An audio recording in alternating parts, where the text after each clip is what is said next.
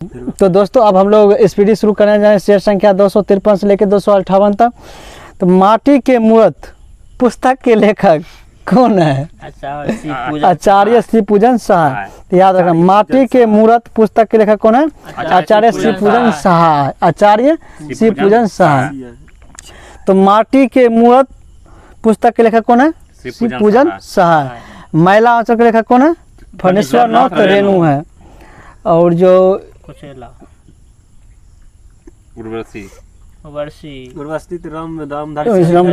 रामधारी सिंह। भारत अर्थ movers limited कहाँ स्थित है? बेंगलोर में। भारत अर्थ मूवर्स लिमिटेड कहाँ है? बेंगलोर में। इसरो का मुख्यालय भी कहाँ है? बेंगलुरु में स्थित है। मखाना महोत्सव कहाँ मनाया गया? बेंगलुरु में मनाया था। महोत्सव कहाँ मनाया गया? तो बेंगलुरु में मनाएगा। महिला मखाना बाजरा और जो है क्या जो राष्ट्रीय महिला दिवस कहाँ मनाया गया? तो बेंगलुरु में मनाया गया था। राष्ट्रीय महिला दिवस भी बेंगलुरु में मनाया गया था। और ये जो है मतलब क्या कहते हैं, सिलिकॉन वैली के नाम से कैसे जाना जाता है? बेंगलुरु को सिलिकॉन सिटी, भारत का सिलिकॉन सिटी बेंगलुरु के नाम से जाता है। साइलेंट वैली केरल में है। साइलेंट वैली कहाँ है? केरल में। प्रसिद्ध वृंदावन उद्यान कहाँ है? कर्नाटक में। याद रखना, ये नहीं कि उत्तर प्रदेश में देना। वृंदावन उद्यान कहाँ का है? प्रसिद्ध वृंदावन उद्यान कहाँ है? मैसूर। मैसूर कहाँ है? कर्नाटक में। कर्नाटक कहाँ है? कर्नाटक। वृंदावन उद्यान कहाँ? कर्नाटक के मैसूर में स्थित है वृंदावन उद्यान। मुगल गार्डन्स राष्ट्रपति भवन में अवस्थित है। मुगल गार्डन्स कहाँ है? राष्ट्रपति भवन में स्थित है। राष्ट्रपति भवन रायसीना पहाड़ी पर स्थित है। भारत में मुस्लिम शासन की नींव मोहम्मद गोरी ने रखी थी।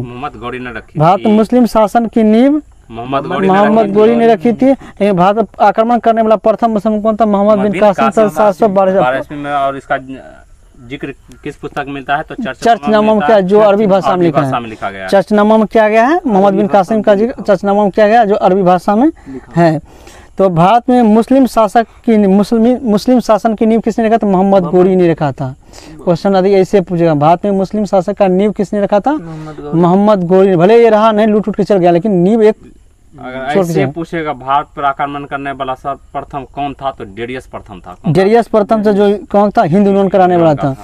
हिंद यूनियन का था। अब मुस्लिम पूछेगा तो मोहम्मद बिन कासिम। मुसलमान शासन का नींव पूछेगा तो मोहम्मद गोरी। नींव किसने रखा? मोहम्मद गोरी ने रखा था। ऊंट को रेगिस्तान का जहाज कहा जाता है। ऊंट को क्या कहता? रेगिस्तान को जहाज कहा जाता है, क्योंकि ये जो बिना खाए पिए भी 2-3 दिन तक ऐसे आराम से चल सकता है। और इसका ऊंट के आरबीसी में क्या पाया जाता है? हाँ, जो जितना भी स्तनधारी जीव है सबके आरबीसी में केंद्रक नहीं पाया जाता है। लेकिन अपवाद में ऊंट और लामा ऐसे जीव हैं जिसके आरबीसी में केंद्रक पाया जाता है। और आरबीसी का निर्माण कहाँ से होता है? अस्थि मज्जा। और मृत्यु कहाँ होता है? पीलिया या यकृत दोनों में होता है। भ्रूण अवस्था में निर्माण होता है यकृत, पीलिया, अस्थि मज्जा तीनों। आरबीसी का कवितन यकृत और पीलिया। मूल रूप से पीलिया को भी कहते हैं, लेकिन यकृत में भी मृत्यु होता है। यकृत में नहीं होता है, यकृत में निर्माण होता है। देखो हम दिखा देते हैं। तब गलत लिखा होगा। गलत है लुसेंट में। गलत कैसे है? एक जगह नहीं देखे, 2-3 जगह देखे। जो भी देखा है, लेकिन ये बात है कि यकृत में निर्माण होता है। यकृत में ही निर्माण होता है क्या चीज का? पित्तरस का भी। पित्तरस का। लेकिन जमा होता है गॉल ब्लैडर में, पित्ताशय में। इसकी मृत्यु यकृत और पीलिया में होती है, इसलिए यकृत और पीलिया को आरबीसी का कब्र कहा जाता है। स्प्लीनों को खाली कहा जाता है। अभी ज्यादातर चर्चा में पीलिया आया, तो पीलिया ही करके आया है। यकृत चर्चा में नहीं है, लेकिन याद रखना यकृत भी है। अब जब बच्चा जन्म लेता है कितना होता है कि गर्भ में मर जाता है। उस तरह से ही होगा कि मतलब या भूमि वाला जोड़ कर मुख्य रूप से अब मरता है बाहर, जैसे कि पीलिया में मरता है। तो समृद्धि का उच्च मापदंड क्या है? औसत प्रति व्यक्ति है। मतलब समृद्धि का यह मतलब यह राष्ट्र आय का अच्छा मापक क्या है? प्रति व्यक्ति आय। औसत प्रति व्यक्ति आय। समृद्धि का अच्छा मापदंड क्या है? प्रति व्यक्ति आय है। बैंकिंग तंत्र में सीबीसी का होता है core banking system. Core banking system. तो बैंकिंग सेक्टर में जो होता है सीबीसी का अर्थ क्या होता है? Core banking. सी से कोर, बी से बैंकिंग, एस से सिस्टम। Core banking system. डॉक्टरी थर्मोमीटर का आविष्कार फ़ारेनहाइट ने किया था 1714 ईस्वी। कब किया था? 1714 ईस्वी में किया था। एक स्वस्थ मनुष्य का तापमान कितना होता है? 98.6 फ़ारेनहाइट होता है। और सेल्सियस में पूछेगा तो 37 डिग्री सेल्सियस होता है। और अंडाशय का मानव के वृषण का तापमान कितना होता है? 35 डिग्री सेल्सियस। 2 डिग्री सेल्सियस क्या होता है? कम होता है, क्योंकि हमारे शरीर से अलग है। क्या है? अलग है। अंदर रहता तो रोज लिंकेज होता। सूक्ष्मदर्शी का आविष्कार जेड जॉनसन ने 1500 ईस्वी में किया था। तो सूक्ष्मदर्शी का आविष्कार किसने किया था? जेड जॉनसन ने किया था। और सूक्ष्मदर्शी में किस लेंस का प्रयोग किया था? उत्तल लेंस का प्रयोग किया जाता किया। है। और सरल सूक्ष्मदर्शी में एक ही उत्तल लेंस होता है। सरल सूक्ष्मदर्शी में कौन सा कितना उत्तल लेंस होता है? एक उत्तल लेंस होता है। दूरदर्शी में 2 होता है। उसके बाद जो है तो बढ़ाते रहते हैं। संयुक्त वाला में 3 उत्तल लेंस होता है। संयुक्त वाला में 3 उत्तल लेंस, लेकिन उत्तल लेंस का ही प्रयोग किया जाता है। तो संयुक्त सूक्ष्मदर्शी का आविष्कार जेड जॉनसन ने किया था 1590 ईस्वी में। कब किया था? 1590 ईस्वी में। सामान्य चीनी या क्रेन शुगर को क्या जाता है? सुक्रोज कहा जाता है। टेबल शुगर के नाम से किसे जानता है? सुक्रोज को जानता है। सामान्य शुगर या टेबल शुगर के नाम से किसे जानता है? सुक्रोज को कहा जाता है। और प्राकृतिक रूप से शहद में कौन सा शर्करा पाया जाता है? फ्रुक्टोज पाया जाता है। क्या पता? शहद में फ्रुक्टोज पाया जाता है। फलों में भी क्या पाता है? फ्रुक्टोज पाया जाता है। नेचुरल सिलेक्शन का सिद्धांत किसने? चार्ल्स डार्विन ने दिया था। चार्ल्स डार्विन मतलब प्राकृतिक वर्णवाद का सिद्धांत किसने दिया था? डार्विन ने दिया था। और उत्परिवर्तन का सिद्धांत ह्यूगो डी व्रीज ने दिया था। उत्परिवर्तन तो ह्यूगो डी व्रीज ने दिया था। और क्या कहते हैं मेंडल ने क्या दिया था? हाँ मेंडल मटर पौधे अनुवंशिकता से मटर पौधे किया था। ये नेचुरल सिलेक्शन का सिद्धांत चार्ल्स डार्विन ने दिया था। रक्त में आरएच कारक की खोज लैंड स्टीनर ने किया था और वीनर ने। तो रक्त में आरएच फैक्टर की खोज किसने किया था? स्टीनर और वीनर दोनों ने किया था 1940 में। कब किया था? किस बंदर में किया था? रिसस नामक बंदर में। और आरएच फैक्टर का खोज किसने किया था? रिसस नामक के बंदर में किया गया था। तो अधिक पुरुष में आरएच प्लस फैक्टर है, महिला में आरएच माइनस फैक्टर है, तो पहला संतान तो होगा, कोई दिक्कत नहीं, लेकिन दूसरे संतान जो की उत्पत्ति होगी मृत्यु हो जाएगी। तो इस स्थिति को क्या बोला जाता है? बड़ा नाम है, थोड़ा सा नाम याद नहीं, लेकिन ऑप्शन देखिएगा तो आप लोग को भी याद आ जाएगा। थोड़ा सा बड़ा नाम है क्योंकि हम लोग लिख के नहीं रहते हैं। तो आरएच कारक की खोज किसने किया था? लैंड स्टीनर तथा वीनर 1940 में किया गया था। शरीर में प्रचुर मात्रा में पाए जाने वाला तत्व कौन सा है? ऑक्सीजन है। कितना प्रतिशत ऑक्सीजन पाया था? तो 65% पाया था। और शरीर में सर्वाधिक मात्रा पाया जाने वाला यौगिक कौन सा है? तो जल है। तो उसके बाद क्या है? प्रोटीन है। उसके बाद कार्बोहाइड्रेट है। उसके बाद वसा कहाँ गया पहले? प्रोटीन, वसा और कार्बोहाइड्रेट। प्रोटीन, वसा और कार्बोहाइड्रेट। तो जल, प्रोटीन, वसा और कार्बोहाइड्रेट। लेकिन शरीर को सर्वाधिक ऊर्जा किससे मिलता है? वसा से मिलता है। और तत्काल ऊर्जा किससे मिलता है? कार्बोहाइड्रेट से मिलता है। इसीलिए कोल्ड ड्रिंक से जो दिया जाता है किसका प्रयोग करते हैं? कार्बोहाइड्रेट का प्रयोग किया जाता है। ग्लूकोज सब क्यों पिया जाता है? एथलीट।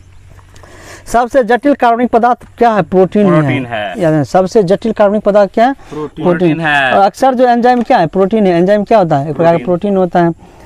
जटिल पदार्थों का सबसे जटिल कार्बनिक पदार्थ पूछेगा तो क्या है? प्रोटीन है। वसा भी कार्बनिक पदार्थ है। कार्बोहाइड्रेट तो कार्बनिक पदार्थ ही है। प्रोटीन भी कार्बनिक पदार्थ है, लेकिन उसमें सबसे ज्यादा जटिल कौन सा है? प्रोटीन है। यदि हमारे शरीर जो पहले ऊर्जा किससे ग्रहण करता है? कार्बोहाइड्रेट से। यदि उससे नहीं तो तब वसा से ग्रहण करता है। किससे करता है? विटामिन से क्या मिलता है? प्रोटीन। विटामिन से ऊर्जा नहीं मिलता है, लेकिन प्रोटीन से मिलता है। लेकिन यदि जब नौबत आ जाएगा शरीर को ऊर्जा ग्रहण की नौबत आ जाएगा, प्रोटीन से ऊर्जा ग्रहण करें तो आदमी क्या है? मर जाएगा। समझ गया? इसीलिए हम लोग कुछ दिन तक भूखे रह सकते हैं, क्योंकि कि पहले शरीर किससे ऊर्जा प्राप्त करता है? कार्बोहाइड्रेट से। उसके बाद हमारे शरीर का जो फैटी जो जमा रहता है वसा, उससे ऊर्जा, यदि जब कार्बोहाइड्रेट कम हो जाता है तो वसा से ग्रहण करता है। लेकिन उसके बाद ये भी जब खत्म हो जाएगा तब प्रोटीन से ग्रहण करना शुरू करता है। लेकिन जब प्रोटीन से यदि नौबत आ गया ग्रहण करने से, आदमी क्या हो जाएगा? मृत्यु हो जाएगा। तो पेड़ की आयु उसके वलय को गिनकर ज्ञात किया था। और पेड़ का आयु का अध्ययन करना क्या? डेंड्रोलॉजी कहलाता है। डेंड्रोलॉजी कहलाता है। तो पेड़ झाड़ियों का अध्ययन क्या कहता है? पेड़ एवं झाड़ियों दोनों का अध्ययन कहलाता है। पेड़ पौधे में झाड़ियों का अध्ययन क्या? किसको कहा जाता है? पोमोलॉजी। मृदा का अध्ययन पोमोलॉजी। पेडोलॉजी मृदा का अध्ययन पेडोलॉजी। फलों का अध्ययन पेमोलॉजी। डेंड्रोलॉजी झाड़ियों का अध्ययन। डेंड्रोलॉजी क्या कहलाता है? झाड़ियों का अध्ययन कहलाता है। और फलों का अध्ययन पोमोलॉजी। और मृदा का अध्ययन पेड्रोलॉजी कहलाता है। और पेड़ों का जो आयु गिना जाता है किसको गिन कर? वलय को गिन कर किया जाता है। और जीवाश्म जीवों का आयु ज्ञात करने के कार्बन 14 का प्रयोग किया जाता है। चट्टानों या मृदा का आयु ज्ञात करने यूरेनियम, पृथ्वी या चट्टान जो भी हो ज्ञात करने के यूरेनियम 200 234 235 235 यूरेनियम 235 का उपयोग किया जाता है। हाँ, यूरेनियम 235। वेट जिसे हम वैल्यू एडेड टेस्ट करते हैं, मूल्यवर्धित के प्रणेता मॉरिस लारे थे। मॉरिस लारे थे। सबसे पहला मूल्यवर्धित कौन लगाया था? फ्रांस में ही लगाया गया था। तो वेट कर सबसे पहले कौन लगाया था? मॉरिस के अंदर। और भारत में सबसे पहले वेट कर पंजाब में लगाया था, हरियाणा।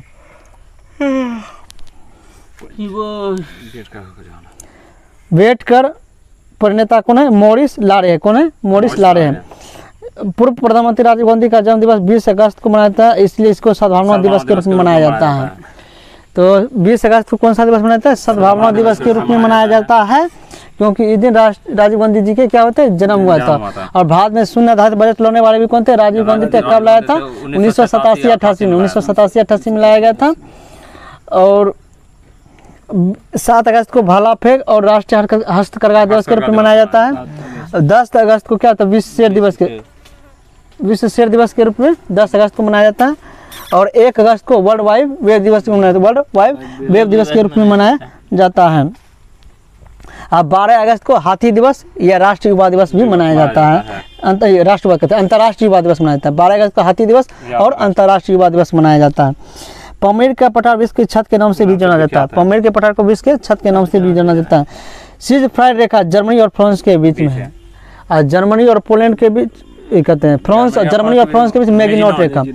जर्मनी और फ्रांस के बीच मैगिनोट, और जर्मनी और फ्रांस के सीज फायर रेखा भी जर्मनी और फ्रांस के बीच है। सीज फायर रेखा भी है। अब मैगिनोट क्या था? जर्मनी और फ्रांस के बीच। 2 रेखा याद रखना, सीज फायर और मैगिनोट, ये दोनों रेखा जर्मनी और फ्रांस के बीच है। 38 डिग्री समांतर रेखा उत्तरी और दक्षिण कोरिया के बीच स्थित है। 49 डिग्री समांतर रेखा अमेरिका को अमेरिका 48वां है अमेरिका और कनाडा के बीच। 49वां है, देखो तुम 49वां। 38 डिग्री समांतर रेखा उत्तरी कोरिया दक्षिण कोरिया के बीच। और जो 49 डिग्री समांतर रेखा कहाँ है? अमेरिका और कनाडा के बीच है। 16 डिग्री समांतर रेखा भारत और बांग्लादेश में। श्रीलंका, भारत और बांग्लादेश के बीच। अमेरिका और कनाडा के बीच कौन सा समांतर रेखा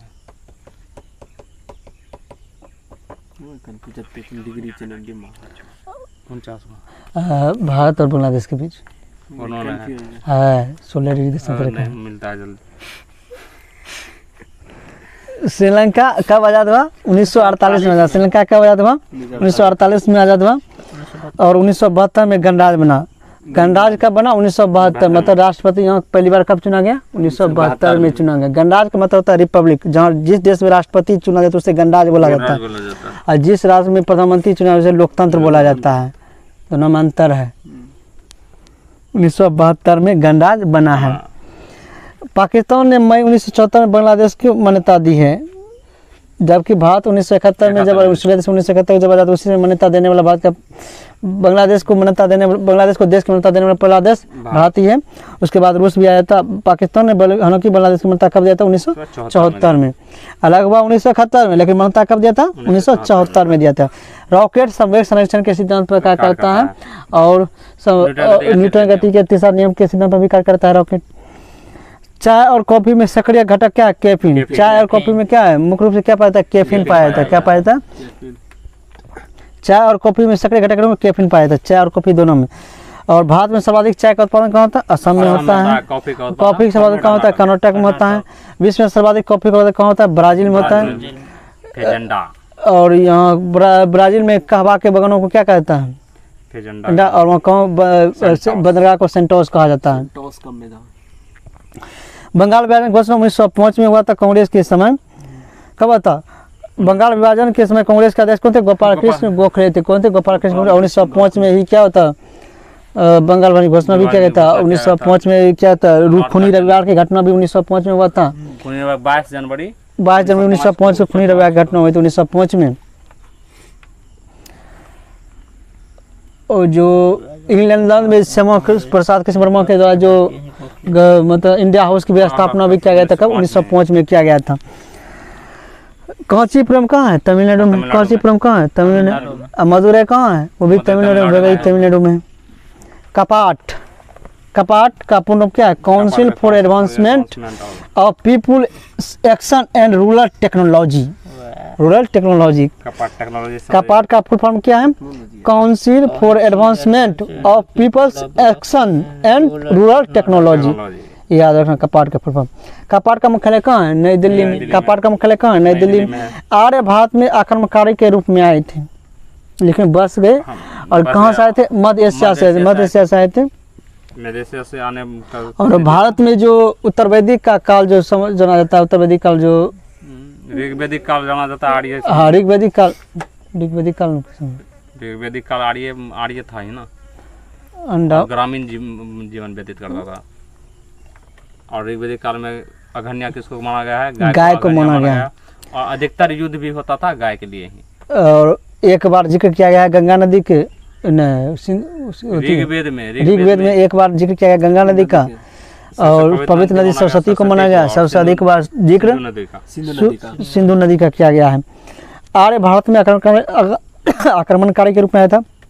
बुद्ध के उपदेशों का संग्रह कहाँ क्या है? सबसे प्रिय पशु कौन सा था? घोड़ा था। लेकिन हाँ, पवित्र पशु गाय को माना गया था। प्रिय पशु क्या था? घोड़ा। मतलब आर्यों का जो पवित्र पशु, मतलब जो जिसको हत्या करना उसको मतलब अति मानते थे, तो पवित्र पशु के रूप में गाय को माना गया। लेकिन प्रिय पशु घोड़ा था। प्रिय पशु क्या था? घोड़ा था। बुद्ध के उपदेशों का संग्रह शुद्ध पिटक में किया गया। तो बौद्ध धर्म से 3 पिटक है। बुद्ध पिटक कहते हैं, विनय शुद्ध पिटक, विनय पिटक और अभिधम्म पिटक। तो शुद्ध पिटक जो सबसे बड़ा पिटक है, जिसमें बौद्धों के उपदेशों का संकलन किया गया। और विनय और स्तुति सबका जो जिक्र किया गया विनय पिटक में किया गया है। और सबसे बड़ा पिटक भी कौन सा है? शुद्ध पिटक ही। उत्तर वैदिक युग में लोगों के द्वारा सर्वप्रथम प्रयोग किया गया धातु कौन था? लोहा। उत्तर वैदिक युग में लोहा का उत्तर अतरंजी खेरा उत्तर प्रदेश से। लोहा का साक्ष्य कहाँ से मिलता है? अतरंजी खेरा उत्तर प्रदेश। अतरंजी खेरा उत्तर प्रदेश से मिलता है। लोहा का साक्ष्य कहाँ से मिलता है? अतरंजी खेरा उत्तर प्रदेश में। बौद्ध शिक्षा का वर्णन त्रिपिटक में किया गया है। देखो, शिक्षा का वर्णन त्रिपिटक में किया गया है। फिर बुद्ध के उपदेशों का संकलन शुद्ध पिटक में, जो सबसे बड़ा पिटक है। विनय और जो स्तुति जो है तो नियमों सबसे रिलेटेड जो भी बात किया गया है वह विनय पिटक में किया गया है। लेकिन बुद्ध की शिक्षा के बारे में जिक्र किस पिटक में किया गया? त्रिपिटक में। त्रिपिटक में तो तीनों आ जाता है, त्रिपिटक में तीनों आ जाता है। शिशुनाग ने अपनी राजधानी कहाँ बनाया था? वैशाली। शिशुनाग ने अपनी राजधानी कहाँ बनाई थी? वैशाली। शिशुनाग वंश का संस्थापक कौन था? पुष्यमित्र सुंग था। कौन था? सुंग था। हर्यक वंश के शासक अजातशत्रु को क्या कहता? कुनिक कहा जाता है। कुनिक किसे कहा जाता? अजातशत्रु को कहा जाता है। द्वितीय अशोक किसे कहा जाता? कनिष्क को कहा जाता है। दूसरा अशोक किसे कहा जाता? कनिष्क को कहा जाता है। प्राचीन काल में अवंती की राजधानी कहाँ थी? उज्जैन। प्राचीन काल में अवंती की राजधानी कहाँ थी? उज्जैन। और उज्जैन किस नदी किनारे है? क्षिप्रा नदी किनारे। उज्जैन किस नदी किनारे है? क्षिप्रा नदी। और भारत का पहला जैविक घड़ी उज्जैन में ही लगाया गया। जैविक घड़ी कहाँ लगाया गया? उज्जैन में ही लगाया गया है। प्राचीन काल में कलिंग का महान शासक कौन था? खारवेल। और इसके समय मगध का शासक कौन था? अशोक। कौन था? अशोक। 261 ईसा पूर्व क्या होता? कलिंग का युद्ध हुआ था। इंडिका मेगास्थनीज की रचना है। इंडिका किसकी रचना है? मेगास्थनीज की रचना है। और मेगास्थनीज किसका दूत बन गया था? सिलिकस निक्टर का राजदूत बन गया। सिलिकस निक्टर किसका सेनापति था? सिकंदर का सेनापति था। सिकंदर का सेनापति था सिलिकस निक्टर, और इसका दूत बन गया था मेगास्थनीज। और इसने इंडिका नामक पुस्तक लिखा जिसमें मगध के जो शासन व्यवस्था को मैंने 7 प्रशासनिक व्यवस्था में बांटा गया था ना। 7 प्रशासनिक व्यवस्था में बांटा गया था। और समिति पूछेगा तो समिति पूछेगा तो कितना था? समिति 6 समिति। तो टोटल 5 समितियों था। 6 समितियों था। एक समिति में 5 सदस्य थे। एक समिति में 5 सदस्य होता था। और मेगास्थनीज ने दास व्यवस्था का जिक्र नहीं किया था। इसलिए उसने मगध साम्राज्य को 7 ही वर्ग में बांटा गया था। लेकिन कौटिल्य ने क्या किया था? कौटिल्य ने किया था। ब्राह्मणी लिपि को स्पष्ट पढ़ने के साथ जेम्स प्रिंसिपल को जाता था और कब पढ़ा था 1837 ईस्वी में, क्योंकि अशोक का जितना भी अभिलेख भारत में सब ब्राह्मणी लिपि में लिखा गया था। पाकिस्तान में जो था वो कौन सा लिपि में लिखा, खरोष्टी लिपि में था, और अफगानिस्तान वाला अरामाइक लिपि में लिखा गया था। ये सब मंदिरों का उत्तर शैली को नागर शैली कहते हैं, द्रविड़ शैली कहते हैं। जो उत्तर भारत में जो भी मंदिर बनाया था वो किस शैली में बनाया था, नागर शैली था। दक्षिण भारत में जो भी मंदिर बनाया था और द्रविड़, ये दोनों को मिलाकर बेसर शैली का निर्माण किया है। दोनों को मिलाकर बेसर शैली किया गया। और बेसर शैली का जो मतलब सर्वाधिक उपयोग किसके शासनकाल में, कनिष्क के शासनकाल, किसके शासनकाल में, कनिष्क के शासनकाल में हुआ था। महाबलीपुरम स्थित 81 रथों का निर्माण पल्लव नरेश नरसिंह वर्मन प्रथम ने करता। तो महाबलीपुरम 81 मंदिर का निर्माण किसने किया था, नरसिंह वर्मन प्रथम। 81 का रथ मंदिर का निर्माण किसने करवाया था, नरसिंह वर्मन प्रथम ने करवाया था। और कोची का कैलाश मंदिर किसने बताया, कोची का कैलाश मंदिर राष्ट्रकूट वंश के शासक कौन था, कृष्ण प्रथम। और कोचीपुरम का कैलाश मंदिर बनेगा वो दूसरा है, कैलाश मंदिर किस एलोरा में ही ना एक कैलाश मंदिर है, कृष्ण प्रथम। और एक था जो कोचीपुरम जो कैलाश मंदिर था उसका निर्माण किसने करवाया था, विष्णुवर्धन था, प्रथम द्वितीय था, नरसिंह वर्मन द्वितीय, नरसिंह वर्मन द्वितीय था। नरसिंह देव तो सूर्य मंदिर बनाया है, नरसिंह देव। गंगों की प्रथम राजधानी कौन है, गंगों की प्रथम राजधानी कोलार थी और दूसरी राजधानी तलकाडू थी। गंगों की प्रथम राजधानी कौन थी, कोलार, जो सोने के लिए फेमस है। फिर से सोना मिल गया है कोलार में। दूसरी राजधानी कहाँ है, तलकाडू। फिर बनेगा दूसरी राजधानी क्या है, तलकाडू है। तट मंदिर का पल्लव शासक नरसिंह वर्मन द्वितीय था। तट मंदिर का पल्लव शासक कौन था, नरसिंह वर्मन द्वितीय था। जबकि 81 मंदिर का निर्माण नरसिंह वर्मन प्रथम ने करवाया था। 81 मतलब एक, प्रथम मतलब एक, 81 मतलब एक, प्रथम मतलब एक, तो नरसिंह वर्मन प्रथम ने 81 बनाया था। और जबकि तट मंदिर को पल्लव शासक नरसिंह वर्मन द्वितीय ने बनाया, जिसे राज सिंह के नाम से भी जाना जाता है। इस नाम से राज सिंह के नाम से भी जाना जाता है। तो नरसिंह वर्मन द्वितीय ने बनाया था पल्लव तट मंदिर। राजस्व सुधारों का सर्वप्रथम अलाउद्दीन खिलजी ने चलाया था। राजस्व बाजार नेता प्रणाली भी अलाउद्दीन खिलजी और हुलिया प्रथा भी अलाउद्दीन खिलजी के द्वारा चलाया गया था। सैनिकों को नगद वेतन देने की प्रथा भी शुरू किया था, अलाउद्दीन खिलजी के द्वारा किया गया था। सल्तनत काल में सर्वाधिक शासनकाल किसका रहा था, तुगलक वंश का, मतलब और बहलोल लोदी का।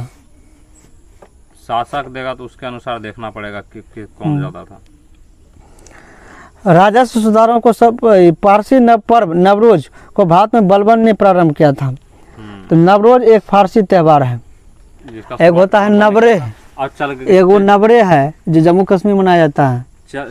चहलगानी दल का समाप्त किसने किया था, तुर्त ए चलगामी को समाप्त किया था, बलबन ने लागू किया था, इल्तुतमिश ने लाया था, रक्त की नीति अपनाया था, बलबन था। और फारसियों का त्यौहार नवरोज को भी शुरू करने वाला कौन था, बलबन था।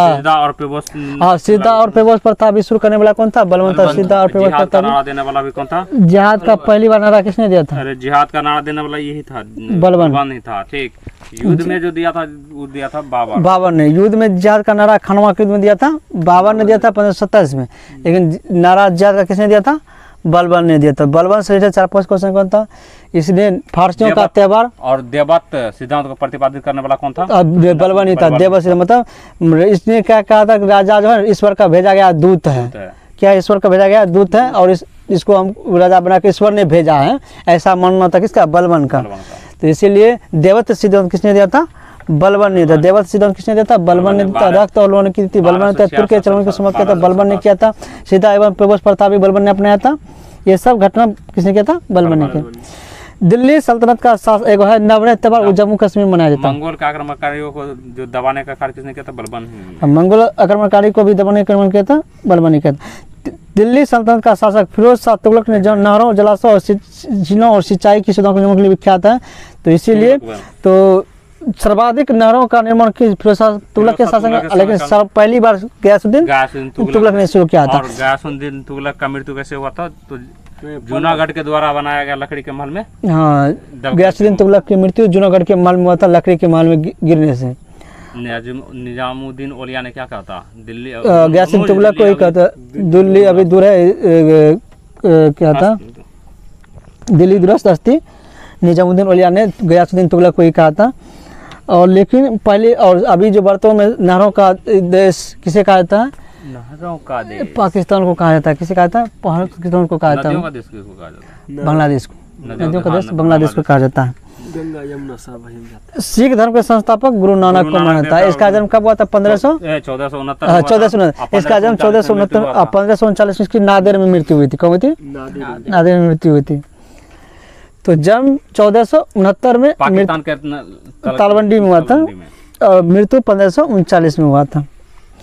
और सिखों का यह प्रथम गुरु थे और सिख धर्म की स्थापना भी किया था। लंगर व्यवस्था किसने चालू किया?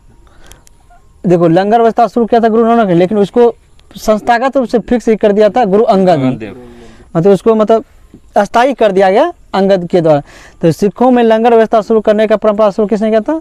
गुरु नानक देव ने ही शुरू किया था, लेकिन उसको अस्थायित्व प्रदान करने के किया था गुरु अंगद देव ने किया था। बुलंद दरवाजा का दरवाजा को अकबर ने गुजरात विजय में 1572 में बनवाया था। और इसी यात्रा के दौरान पहली बार की समुद्र को देखा था। तो अकबर ने पहली बार समुद्र को कब देखा था? 1572 में। अकबर ने पहली बार समुद्र को कब देखा था? 1572, जब वो गुजरात अभियान के था। और उस गुजरात विजय अभियान करके जब लौटे, मैंने जीता था, तब कौन सा निर्माण किया था? बुलंद दरवाजा का निर्माण किया था। कहाँ किया था? फतेहपुर सीकरी में किया था, 1572 में। अकबर का अधिकांश कार्य फतेहपुर सीकरी में है। शाहजहां का अधिकतर कार्य आगरा में है। हाँ, अधिकतर का कार्य आगरा में किया गया। दीन इलाही धर्म को न्याय का जंजीर स्थापित करने वाला कौन था? जहांगीर। जहांगीर को न्याय का जंजीर कहा जाता, संस्थापक कौन था? और मुगल का जो चित्रकला का स्वर्ण होता है जहांगीर के शासनकाल, और स्थापत्य कला को शाहजहां के शासनकाल को माना जाता है। हिंदी का स्वर्ण अकबर के काल को माना जाता है। अब प्राचीन भारत का पूछेगा, भारत का स्वर्ण गुप्त काल को कहा जाता है। दीन इलाही धर्म को अकबर ने कब शुरू किया था? 1582 में। दीन इलाही के धर्म को कब शुरू था? 1582 में। अकबर ने दास प्रथा को अंत किया था 1564 में। 1564 में। और तीर्थ यात्री पर कर समाप्त किया 1563 में। और जो 1562 जजिया कर समाप्त 1564 में किया था। जजिया कर 64 में, अब दास प्रथा 62 में। 1562 दास प्रथा 1562 में। और तीर्थकर 1563 में। और जजिया कर 1564 में। लेकिन अब जजिया घर को पुनः स्थापित करने वाला औरंगजेब था। औरंगजेब था। 1700 1707 में तो मर गया था। 1707 में मर गया था। तो 1679 में 1679 में। 1679 और 1679 में, और 1679 ईस्वी में औरंगजेब ने पुनः जजिया कर को लागू किया था। औरंगजेब और मजहर की घोषणा कब किया? 1579 ईस्वी में किया था अकबर ने। और दीन इलाही को अपनाने वाला प्रथम कौन था? प्रथम हिंदू और अंतिम हिंदू दोनों कौन था? बीरबल था। बीरबल का वास्तविक नाम क्या था? महेश दास। कौन था? महेश दास था। अमृतसर बसाने के लिए अकबर ने गुरु रामदास को जमीन दान में दी। तो अमृतसर शहर की स्थापना किसने की? 500 एकड़ और जमीन किसने दान दिया था? अकबर ने दिया था। और रामदास को। तो पूछेगा अमृतसर शहर की स्थापना किसने किया था? गुरु रामदास ने को दिया गया। अमरदास ने अमृतसर। देखो, जमीन मिला था रामदास को, लेकिन शहर बसाया था अमरदास ने। किसने बताया था? अमरदास ने। और लेकिन स्वर्ण मंदिर का निर्माण किसने करवाया था? रामदास से स्टार्ट किया था। नहीं, स्वर्ण मंदिर का निर्माण भी रामदास से स्टार्ट किया था। नहीं शायद, लेकिन सोना समय कम तो महाराजा रणजीत सिंह ने किया था। लेकिन ये बात है, जो पटना में जो है सिखों का जो प्रवेश था, क्या नाम है उसका? तख्त गुरु हरिगोविंद साहिब जो है, इसका निर्माण महाराजा रणजीत सिंह के द्वारा करवाया गया है। महाराजा रणजीत सिंह के द्वारा गया है। और महाराजा रणजीत सिंह शुक्र चकिया अमृतसर से संबंधित थे। अमृतसर कहते भारत में तंबाकू खेती अकबर के शासनकाल में ही प्रारंभ हुआ था। लड़ने वाला कौन था? पुर्तगाली था। तंबाकू खेती किस शासनकाल में शुरू हुआ था? अकबर के शासनकाल। और लड़ने वाला कौन था? पुर्तगाली था। 1556 में 1556 में पीटिंग प्रिंस की होती है। 1503 था। 1503 में तंबाकू खेती शुरू हुआ था भारत में। राजकीय धर्म इस्लाम को अकबर के शासनकाल में समाप्त कर दिया था। इस्लाम धर्म निरपेक्ष रूप से शासन करता था। उसके लिए सभी धर्म एक जैसा था। अपना जो साम्राज्य का विस्तार करता था नवरोज त्योहार पर प्रतिबंध लगाने वाला अकबर औरंगजेब औरंगजेब था। हाँ सही में, नवरोज त्योहार पर प्रतिबंध किसने, सब पहनने वाला सब अखबार प्रतिबंध लगाने वाला औरंगजेब था। बुर्का प्रतिबंध था, जज्जा मतलब जो अति निकलता था, जुलूस जो निकलता था मुस्लिम, उस सब पर प्रतिबंध किसने लगाया था? औरंगजेब ने लगाया था। दारू तारू सब जो पूर्ण रूप से बैन कर दिया था औरंगजेब ने किया था। तो अकबर जो अपना साम्राज्य विस्तार कूटनीतिक रूप से, वैवाहिक संबंध रूप से, जैसे थोड़ा बहुत युद्ध करके भी अपना साम्राज्य का विस्तार करता था। अकबर का राजमंत्री कौन था? टोडरमल। कौन था? टोडरमल था। मुगल शासक हुमायूं 2 बार शासन किया था, क्योंकि जब पहली बार एक गद्दी पर बैठा तो उसको शेषा सूरी ने भगा दिया था 1540 में, फिर दोबारा वापस किया था, फिर दोबारा 1555 में वापस आए। 1545 के बाद है ना सूर्यवंश के युद्ध में, सर हिंदू युद्ध में फिर सिकंदर लोदी को पराजित करके बना। हाँ तो क्योंकि 1555 में सूर्यवंश की स्थापना हो जाता है। सिकंदर सूरी को पराजित करके फिर 1555 में बना था, लेकिन 1556 में तो फिर खत्म हो गया। ख्वाजा मोइनुद्दीन चिश्ती की दरगाह कहाँ है? अजमेर में। ख्वाजा मोइनुद्दीन चिश्ती की दरगाह कहाँ? अजमेर में। और अजमेर को क्या कहता है? राजस्थान का हृदय कहता है। यस, जो है जयपुर और 2.5 दिन का झोपड़ा भी कहाँ है? अजमेर, जिसका निर्माण कुतुबुद्दीन ऐबक ने करवाया था। तो उससे पहले वह एक संस्कृत विद्यालय विग्रह चतुर्थ के द्वारा बनाया गया एक विद्यालय था। क्या था? विद्यालय। जयपुर, दिल्ली, मथुरा, उज्जैन में जंतर मंतर का निर्माण जय सिंह के द्वारा का था। तो जंतर मंतर कहाँ है? जयपुर में भी है, दिल्ली में भी है, मथुरा और उज्जैन में भी है। और पूछेगा कि अकबर का राजपूत सेनापति कौन था? जय सिंह था। और जो इसके साथ युद्ध हुआ था 1665 में। पुरंदर की संधि कब हुआ था? 1528। 1665 में अकबर कहाँ से आएगा? संधि कौन हुआ? पुरंदर की संधि कब हुआ था? जो महाराणा इकहत्तर जय सिंह। 1665 में अकबर कहाँ से आएगा? जय अकबर का सेनापति क्या था? अकबर बना था कब शासक पता है? अकबर 1556 में बन गया। 1556 में बना था। 1565 में 1665 कहाँ से आएगा वो? 1500 कौन कैसे? चलो बात सही। तो जय सिंह किसका सेनापति था? अकबर का। जो पुरंदर का संधि कब हुआ था? 1576 में। हल्दी घाटी का युद्ध कब हुआ था? हल्दी घाटी में 1576 में हुआ था। हाँ, तो पुरंदर का संधि कब हुआ था? 1565 में। 1565 गलत था।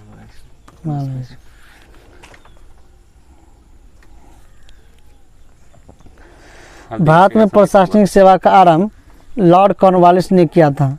भारत में प्रशासनिक सेवा का आरंभ किसने किया था? लॉर्ड कॉर्नवालिस ने किया था 1786 और से 93 के बीच में। पुरंदर का संधि कब हुआ था? प्रशासनिक सेवा का आरंभ किसने किया था? लॉर्ड कॉर्नवालिस ने किया था। किसने किया था? 1786 में।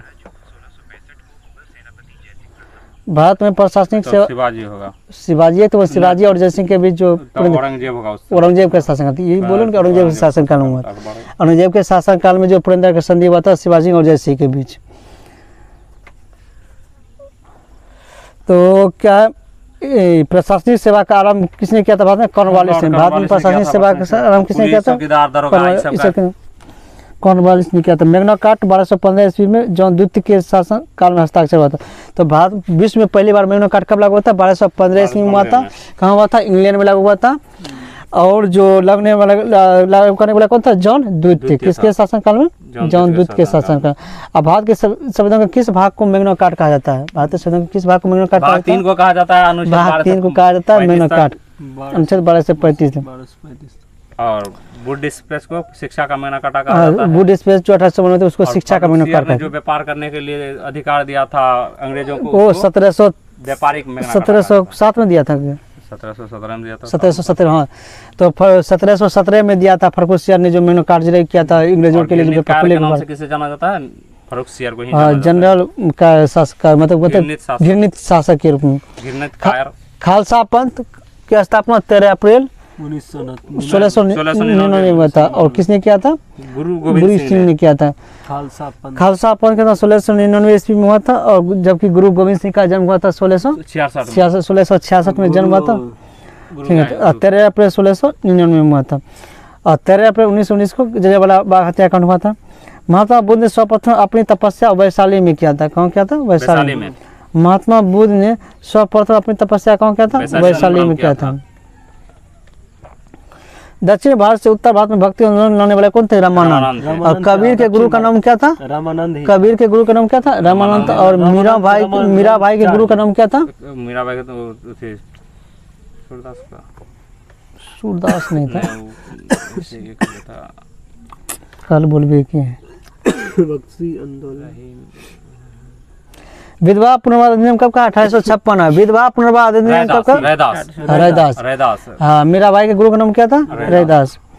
विधवा पुनर्वास अधिनियम कब है? 1856 में एलन के शासनकाल में था। और इसमें सहयोग किसने किया था? विधवा पुनर्वास 1886 में एलन ब्रो कहाँ से आएगा? मतलब लागू करने वाला एलन ब्रो था। कहाँ से आएगा? 1856 पारित। लॉर्ड डलहौजी, उसके बाद कैनिंग था। अब बताओ। देखो विधवा तो नहीं देखते हैं, ये 100% श्योर है इस समय तक वही था। क्वेश्चन पहले ही बताओ, विधवा पुनर्वास अधिनियम लागू किया किसके शासनकाल में आया था? यहाँ कैनिंग था, कैनिंग था तो डलहौजी के समय में आया था। लेकिन दास प्रथा है एलन, सही में दास प्रथा है एलन के शासनकाल में, जो 1843 में आया था। क्या था? 1843 में। और 1843 में ही रविवार की छुट्टी हुई। 1843 में रविवार की छुट्टी भी हुआ था। और बलि प्रथा को भी समाप्त किया गया था, नरबलि प्रथा को भी समाप्त किया 1843 में। और जो 180 देशांतर रेखा को अंतर्राष्ट्रीय तिथि रेखा भी घोषित किया गया था 1843 में ही किया गया था। तो विधवा पुनर्वास 1856 में कैनिंग के शासन से, किसका शासन था? कैनिंग का शासनकाल था। भारतीय पुनर्जागरण का पिता राजा राम मोहन राय को कहा जाता है। ऐतिहासिक सोसाइटी का ब्रह्म समाज का स्थापना 1828 में राजा राम मोहन ने किया था। एशियाटिक सोसाइटी ऑफ बंगाल का स्थापना सर विलियम जोन्स ने किया था 1784 ईस्वी में। एशियाटिक सोसाइटी का स्थापना सर विलियम जोन्स ने किया था 1784 ईस्वी में। और सेंट निक वर्सेज के लेखक कौन है? सलमान रुश्दी। एक विक्टोरियन सन करके इसी नाम इसका भी लेखक कौन है? सलमान रुश्दी है। Satinique versus Pitt's India act भी आया था 1784 में। पिट्स इंडिया एक्ट भी 1784 में आया था। बोर्ड ऑफ जनरल का स्थापना किया गया था, बोर्ड ऑफ डायरेक्टर। तो सेंटनिक वर्सेज के लेखक कौन है? सलमान रुश्दी। सलमान रुश्दी हैं। मानव द्वारा बनाया प्रथम औजार क्या था? कुल्हाड़ी था। मानव द्वारा बनाया प्रथम औजार कौन था? कुल्हाड़ी था। शांति निकेतन का स्थापना रविन्द्रनाथ टैगोर ने 1901 में किया था। 1901 में किया था। और लेकिन 1921 ईस्वी में इसके स्थापना वर्ल्ड क्या कहते हैं, वर्ल्ड जो लिविंग हेरिटेज है, लिमिटेड हेरिटेज नेस्कॉम 2019 में शांति निकेतन शांति निकेतन 1901 में इसी के अंदर जो लिविंग हेरिटेज का स्थापना किया 1921 में किया गया था, रविन्द्रनाथ टैगोर के द्वारा किया गया था। मदर टेरेसा का जन्म 28 अगस्त 1910 में। मदर टेरेसा का जन्म कब हुआ था? 28 अगस्त 1910 को हुआ था मदर टेरेसा का जन्म। मृत्यु कब हुआ था? 15 सितंबर 1997 में। जन्म 1910 में हुआ था, मृत्यु 1997 में हुआ था। मदर टेरेसा की मृत्यु 5 सितंबर 1997 में, 5 सितंबर 1997 को मृत्यु हुआ था मदर टेरेसा का।